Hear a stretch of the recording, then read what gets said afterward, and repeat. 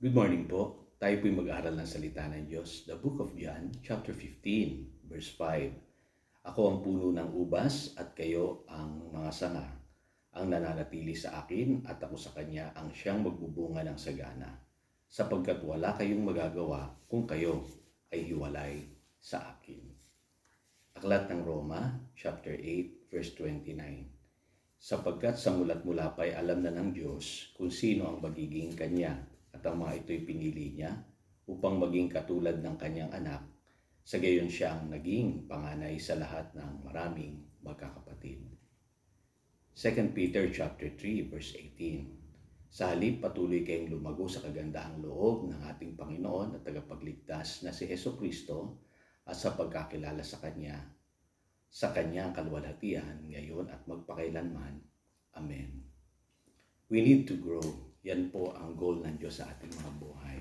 Tayong mga mananampalataya ni Kristo Jesus ay dapat po ay maging kawangis niya sa ating pong paglakad sa mundong ito. Yun po sinasabi ng Romans chapter 8 verse 29 at 1 John chapter 4 verse 17. So ang Diyos po ay hindi titigil sa ating mga buhay hanggat hindi niya po naipuproduce sa atin yung Christ likeness. At tayo po bilang mga mananampalataya, kailangan po nating lumakad, manatili sa Panginoon upang tayo po ay kakitaan ng paglago. Paano po ba lumago sa pananampalataya?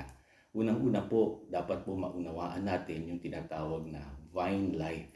Tayo po ay connected sa vine at ang ating Panginoong Hesus, sabi ng Biblia, siya po yung puno ng ubas at tayo po ang mga sanga. So kumukuha po tayo ng ating lakas mula po doon sa source. Walang iba kundi ang ating Panginoong Hesus. Siya po yung vine.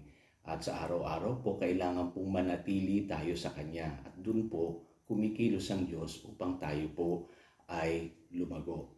So unang-una po, dapat po tayo ay lumago sa Kanyang mga salita. Sabi po sa John chapter 15, verse 7, ay manatili po tayo sa Kanyang mga salita.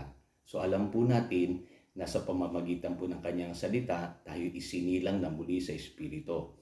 Ayun po sinasabi ng 1 Peter chapter 1 verse 23. At sa pamamagitan din po ng salita ng Diyos, tayo po ay nabubuhay spiritually as we feed sa mga salita ng Diyos araw-araw. Yun po sinasabi ng Matthew chapter 4 verse 4. At higit sa lahat, ito po yung mahalaga, sa pamamagitan din po ng salita ng Diyos, lumalago yung ating pananampalataya. Sabi sa Romans chapter 10 verse 17, ang source daw po ng pananampalataya ay ang salita ng Diyos. For faith cometh by hearing, and hearing the words of Christ. So sa pamamagitan po ng salita ng Diyos, mapapabilis po ang paglago ng Kristiyano kung ang mananampalataya ay magpapatuloy sa kanya pong mga salita. At ano pong binubunga po nito? Mararanasan po natin dito sa buhay na ito yung mga pangako ng Diyos at sa ating mga panalangin, siya po ay tutugon. Sabi sa 15:7 ng John,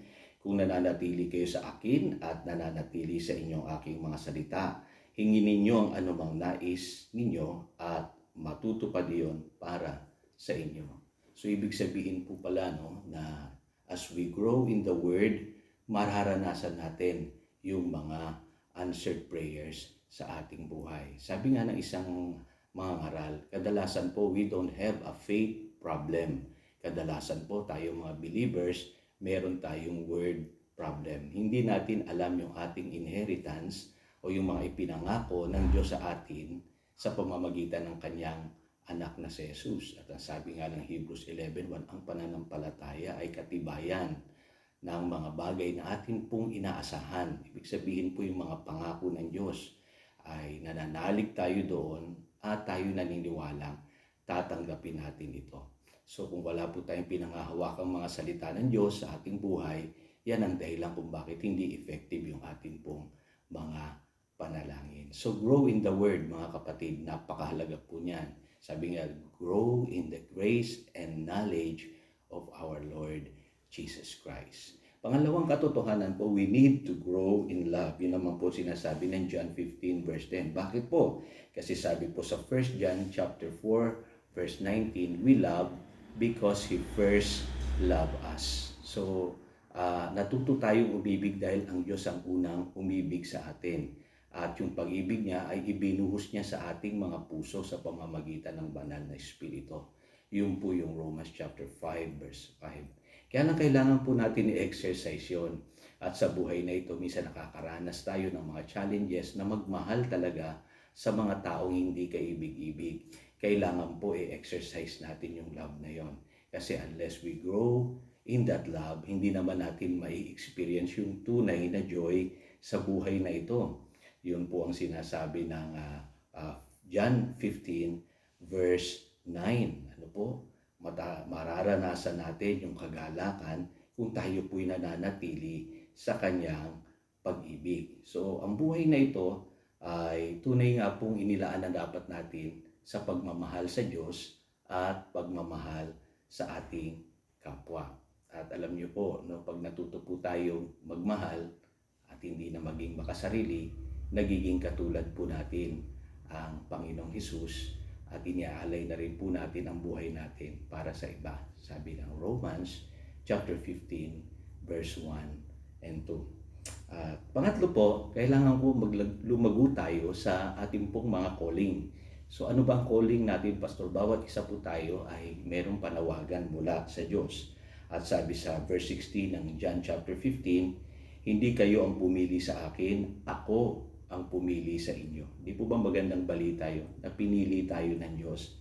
Sabi rito, hinirang ko kayo upang kayo'y humayo at magbunga at manatili ang inyong bunga. Sa gayon, ang anumang hingin ninyo sa Ama, sa aking pangalan, ay ibibigay sa inyo. So dito po, maintindihan natin na kung ano yung purpose ng ating Panginoong Hesus dito sa lupa, yun din dapat po ang ating maging layunin. Kaya nga po sa Matthew 28 verse 19 hanggang 20, ay itinagubili niya sa mga disipulo na ipangaral ang mabuting balita. Kasi yun din naman po ang calling natin.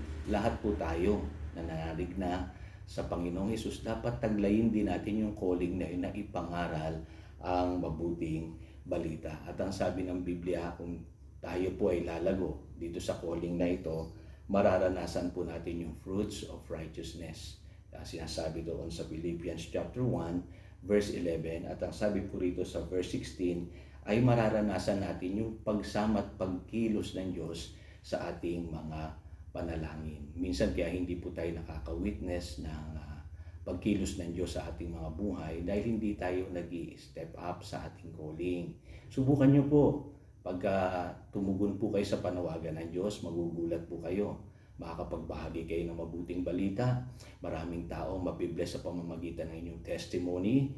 Magugulat kayo, even yung mga prayers nyo para sa ibang tao ay tinutugon ng Panginoon. Kung mananalangin kayo sa mga may sakit, gumagaling yung mga may sakit, at higit sa lahat, kakikitaan kayo ng kapangyarihan ng Diyos at ng pag-ibig ng Diyos sa inyong buhay. So again, ito po si Pastor Jojo nagpapaalala, we need to grow. Kailangan tayong lumago. Again, kung nais po natin tayong mabuhay ng lubusang pinagpala, manatili po tayo sa Kanyang salita.